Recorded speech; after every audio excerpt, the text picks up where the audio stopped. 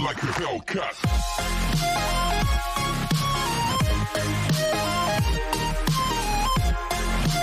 अब सीन चैंगफेंग का दिखाया जाता है जो कि शियन्यू को खाना खिला रहा था। तभी चैंगफेंग वहां से जाने लगता है।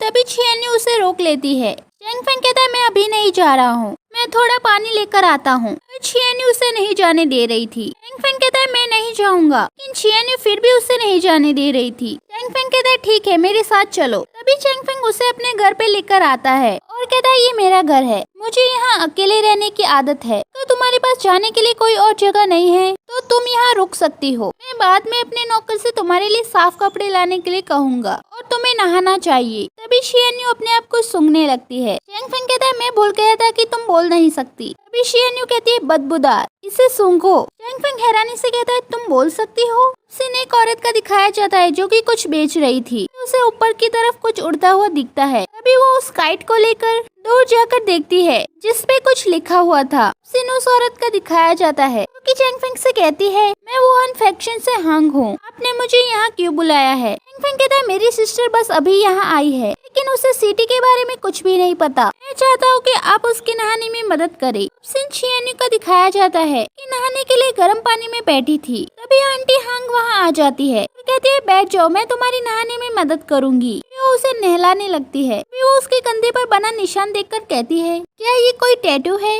फिर बर्थ मार्क। तभी वो साबुन को देखकर कहती है ये किसने खाया, क्या ये तुमने किया है, इसे जल्दी से बाहर निकालो। उनकी आवाज सुनकर चैंगफेंग भी वहाँ आ जाता है और एक कोने में खड़ा होकर कहता है क्या सब कुछ ठीक है। तभी आंटी हांग कहते हैं सब कुछ ठीक है। तभी वो शियन्यू को बाहर लेकर आती है। सीन थोड़ी देर के बाद का दिखाया जाता है जहाँ चैंगफेंग शियन्यू के पैर पर दवाई लगाता है और पट्टी करता है और कहता है तुम्हारा नाम क्या है, लेकिन शियन्यू कुछ भी नहीं बोलती। चैंगफेंग कहता है तुम फिर से नहीं बोल रही हो। शियन्यू कहती है मेरा नाम नहीं है। चैंगफेंग कहता है किसी का नाम कैसे नहीं हो सकता, कोई बात नहीं, अगर तुम नहीं बताना चाहती, ये तुम्हारा घर है और मैं तुम्हारा परिवार हूँ। अब सीन थोड़ी देर के बाद का दिखाया जाता है जहाँ चैंगफेंग बाहर निकलकर देखता है वहाँ पर बारिश हो रही थी। नीचे ढेर सारे बर्तन पड़े थे जिसमें पानी भर रहा था। तभी शियन्यू वहाँ बकेट लेकर आती है और सारा पानी उसमें भरने लगती है। चैंगफेंग कहता है तुम ये क्या कर रही हो। तभी शियन्यू उसके पास आती है। चैंगफेंग कहता है क्या तुम पानी इकट्ठा कर रही हो। शियन्यू कहती है हाँ,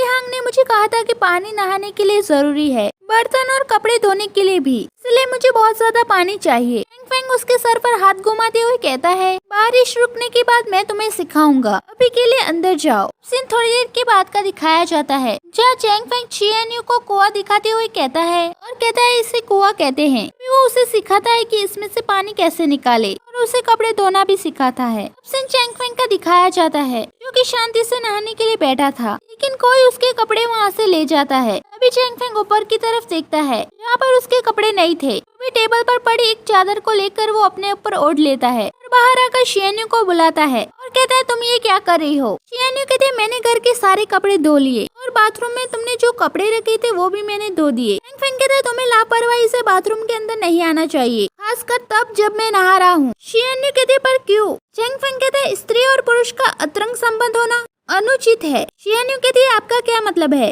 चैंगफेंग कहता है कोई बात नहीं, लेकिन तुमने इतने सारे कपड़े क्यों धोए। शियन्यू कहते हैं कुएं में पानी बढ़ता जा रहा है, अगर मैंने इसे इस्तेमाल नहीं किया तो आंगन में पानी भर जाएगा। चैंगफेंग कहता है ऐसा कुछ नहीं होगा, और अगर तुम्हें पानी का इस्तेमाल करना है तो फर्श को पोंछो। थोड़ी देर बाद वो फ्लोर पर पोछा लगाने लगती है। अब सीन शियन्यू का दिखाया जाता है जो कि बैठे बैठे चैंगफेंग का इंतजार कर रही थी। तभी चैंगफेंग वहाँ आ जाता है। शियन्यू कहते तुम वापस आ गए। उसके कपड़े ऊपर कर देखने लगती है। चैंगफेंग कहता है क्या हुआ। शियन्यू कहते क्या तुम्हें चोट लगी है, तुम कुछ भी वापस नहीं लाए, तो तुम पूरा दिन क्या कर रहे थे। चैंगफेंग कहता है मैं काम करने के लिए ऑफिस गया था। शियन्यू कहता है इसका क्या मतलब है, क्या तुम शिकार करने नहीं गए थे। चैंगफेंग कहता है हाँ तुम इसे ऐसे समझ सकती हो। शियन्यू कहते हैं शिकार कहाँ है।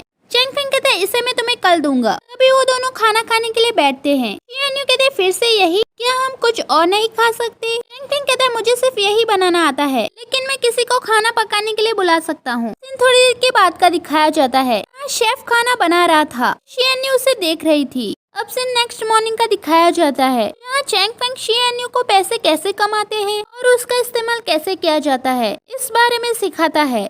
अब से नेक्स्ट मॉर्निंग का दिखाया जाता है यहाँ चैंगफेंग कहता है आज मैं तुम्हें लिखना सिखाऊंगा। सबसे पहले शुरू करते हैं नामों से। मेरा नाम ली चैंगफेंग है। शियन्यू कहते हैं नाम। चैंगफेंग कहता है आज तुम्हें एक प्यारा सा नाम देने का समय आ गया है, तेंग चियन्यू। चियन्यू अपना नाम सुनकर काफी खुश होती है। अब सीन थोड़ी दिनों बाद का दिखाया जाता है, जहाँ चियन्यू किताबें लेने के लिए आई थी। किताबें खरीदने के बाद चैंगफेंग के पास जाती है। चैंगफेंग कहता है तुमने इतनी सारी किताबें खरीदी, लाओ मुझे देखने दो। चियन्यू उसे नहीं दिखाती। अब सीन चियन्यू का दिखाया जाता है, जो कि किताब पढ़ रही थी और काफी शर्मा रही थी। उसे देखकर चैंगफेंग कहता है तुम क्या पढ़ रही हो? चियन्यू कहते हैं ठीक है मैं तुम्हें पढ़कर सुनाती हूँ। जब रात होती है, दो दिलों से बंधे हुए प्यार के पक्षी मिलते हैं।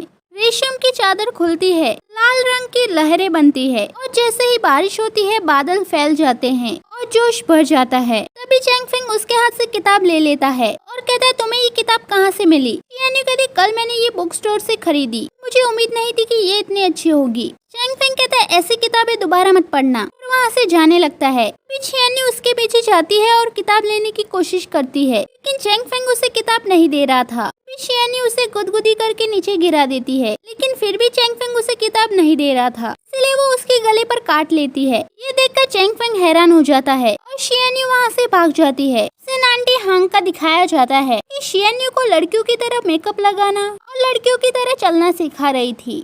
अब सीन चैंगफेंग का दिखाया जाता है, जो कहता है तुम यहाँ 2 सालों से हो, वैसे तुमने खाना बनाना कहाँ से सीखा? चियन्यू कहते हैं शेफ लियो ने मुझे सिखाया। अब सीन प्रिंस वुआन के फादर का दिखाया जाता है, जो चैंगफेंग के घर के बाहर खड़े थे। तभी उसका गार्ड कहता है क्या हम अंदर चले? प्रिंस वुआन के फादर कहते हैं अंदर जाना जरूरी है।